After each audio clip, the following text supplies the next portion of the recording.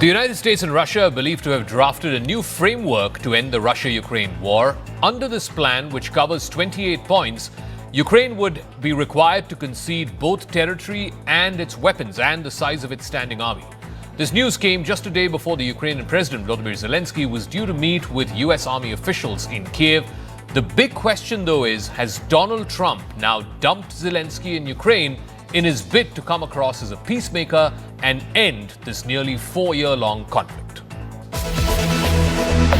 A 28-point plan to end the war in Ukraine, negotiated between Trump and his Russian interlocutors, has now come to light.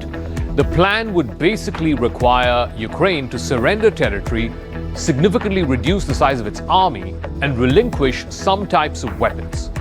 The 28-point proposal, drafted without any Ukrainian involvement, reflects the maximalist demands that the Kremlin has made throughout this war. Most of these demands in this plan, Ukraine has already long denounced as amounting to capitulation. There is no reason to believe why Ukraine would agree now. This is the latest effort by the Trump administration to reinvigorate the stalled talks in the nearly 4-year-old war.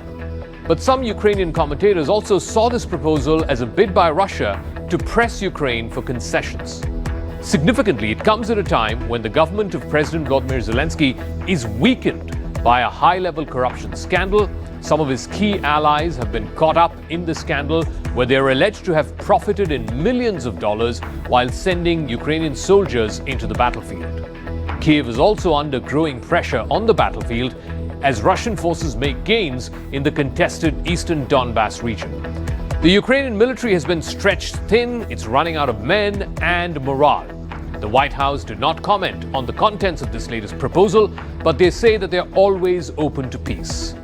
The war would have never happened. If I were president, the war would have never happened. I think you would agree with that. This war would never have happened if I were president. It's stupid that it happened, but it did happen.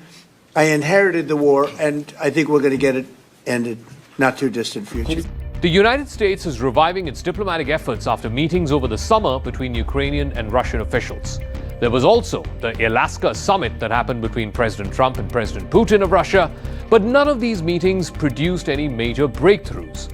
As part of this push, the Trump administration has pressed Russia and Ukraine to present in writing what their respective terms are for a settlement, and that could become a basis for further negotiations. A delegation of senior U.S. military officials arrived in Kiev this week. They're there for talks with Ukrainian officials about how to break this impasse. Zelensky, too, is seeking to resurrect long-dormant peace talks. He met in Turkey this week with President Recep Tayyip Erdogan, who's offered to mediate between Russia and Ukraine. Turkey has offered Bayraktar drones to Ukraine, while at the same time sealing gas deals with Russia. Turkey has previously played host to peace talks between Russia and Ukraine, but again, no concrete breakthrough has been yielded so far. The US-Russia plan emerged from talks between Steve Witkoff, who is Trump's special envoy, and his Russian counterpart Kirill Dmitriev. A senior Ukrainian official told the New York Times that the Trump administration had informed Ukraine of these talks, but it had not sought any inputs from Kiev. The terms of this plan were unacceptable to Kiev. The proposal would require Ukraine to surrender to Russia eastern Ukraine, in fact the entire Donbas region, and that includes even those parts which are not under Russian control. Russia currently controls about 3/4 of the eastern Donbas region. At the current rate that they're advancing, Russian troops would have to fight for another 4 years to seize all of Donbas. This is research that's been put out by Deep State, which is a group which has ties with the Ukrainian military, and it closely maps the battlefield. It is very important for Russia to do everything to really capture Pokrovsk in any format to show success on the battlefield, whether it is going to be Vovchansk or something else. They need to show success. Then they will be able to return. Try to return the narrative. We told you that we will capture Donbas. The proposed settlement would also cap the size of Ukraine's army far below its current levels. It would also recognize the Crimean Peninsula as Russian, as well as other occupied territories as Russian territory. Russia was also demanding that foreign troops be prohibited from Ukrainian-controlled territories after a ceasefire. If this were to be agreed to, then this would rule out a French and British proposal to deploy what's been called a reassurance force to stabilize security in post-war Ukraine.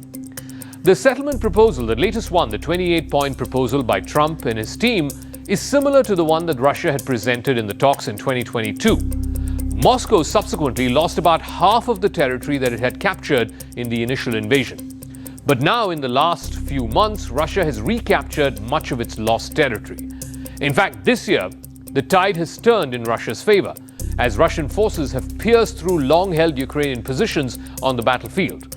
Russia is now advancing in small units into a partially surrounded city in eastern Ukraine. It's called Pokrovsk, the last remaining big city in Donetsk, which is in the eastern part of Ukraine. In fact, many analysts expect Pokrovsk to fall very soon. The Ukrainian army is strained, it is running short of material and soldiers. Increasingly, Ukraine is relying not on infantry in the trenches, but on soldiers who are flying exploding drones to slow the Russian onslaught. Russia has signaled a willingness to keep up its costly incremental advances into Ukraine so that it concedes to Russian demands to give up territory and to give up its army. And if it does, it would mean total victory for Russia. And Putin would not want to settle for anything less.